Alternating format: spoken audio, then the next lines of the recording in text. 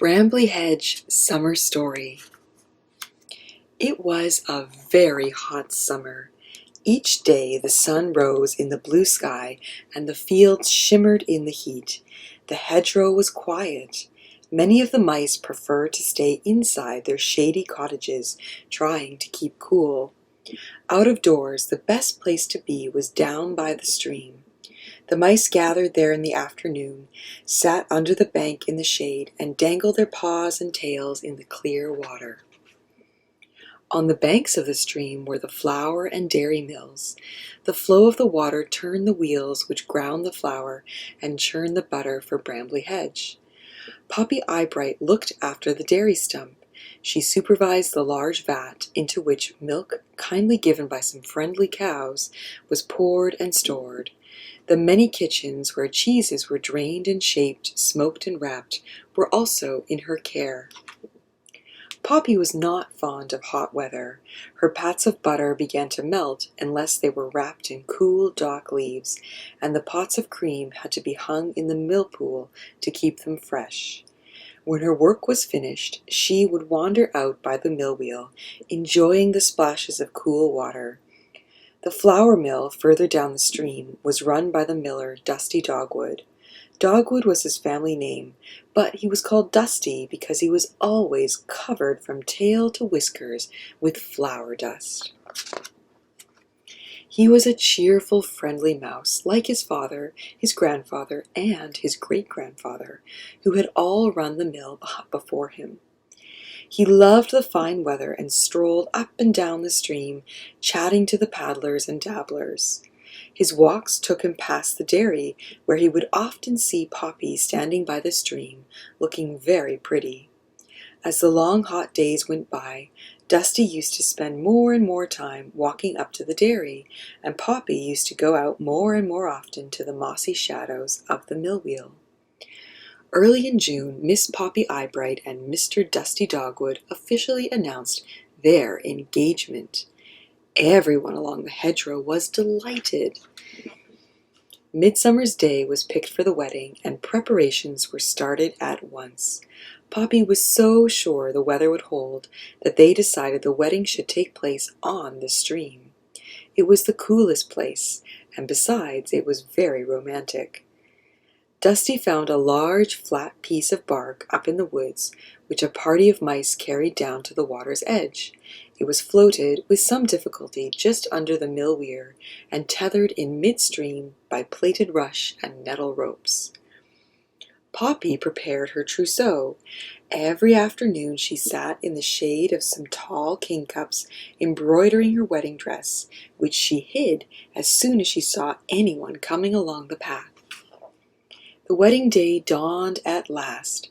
The sky was clear and blue, and it was hotter than ever. The kitchens of Brambly Hedge were full of activity. Cool summer foods were being made. There was cool watercress soup, fresh dandelion salad, honey creams, syllabubs, and meringues. The young mice had been up early to gather huge baskets of wild strawberries.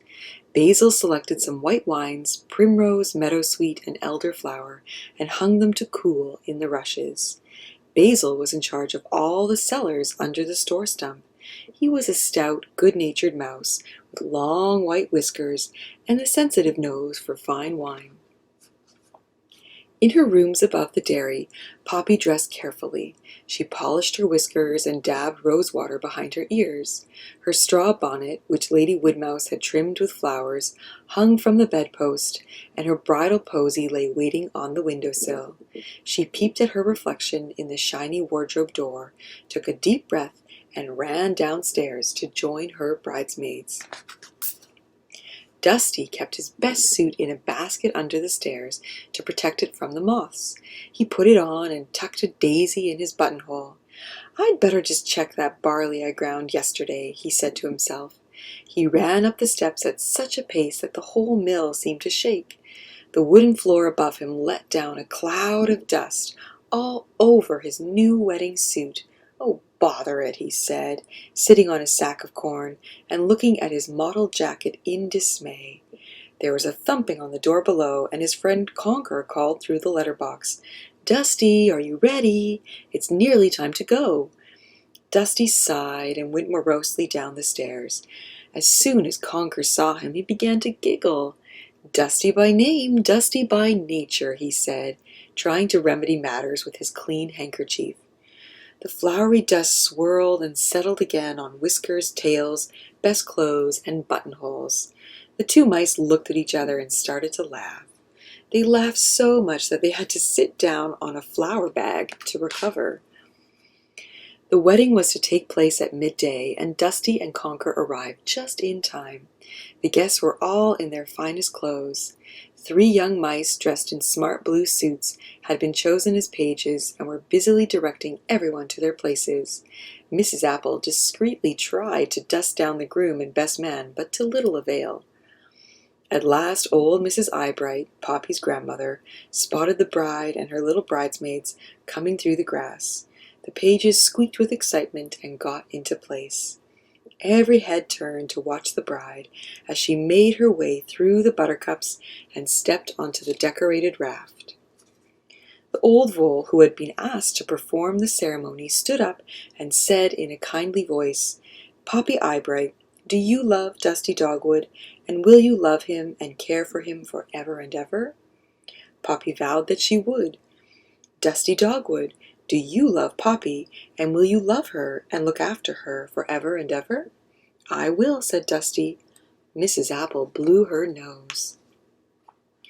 Then, in the name of the flowers and the fields, the stars in the sky, and the streams that flow down to the sea, and the mystery that breathes wonder into all of these things, I pronounce you mouse and wife.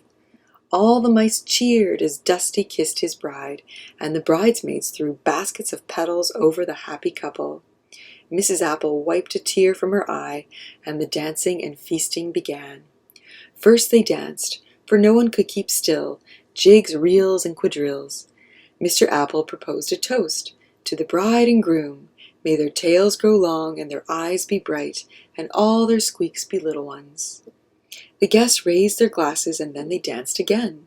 The dancing was so vigorous that the raft bobbed up and down. Gradually, the ropes holding the raft began to wear through. One by one, the little ropes snapped, until finally the very last one gave way. They were carried into midstream by the current.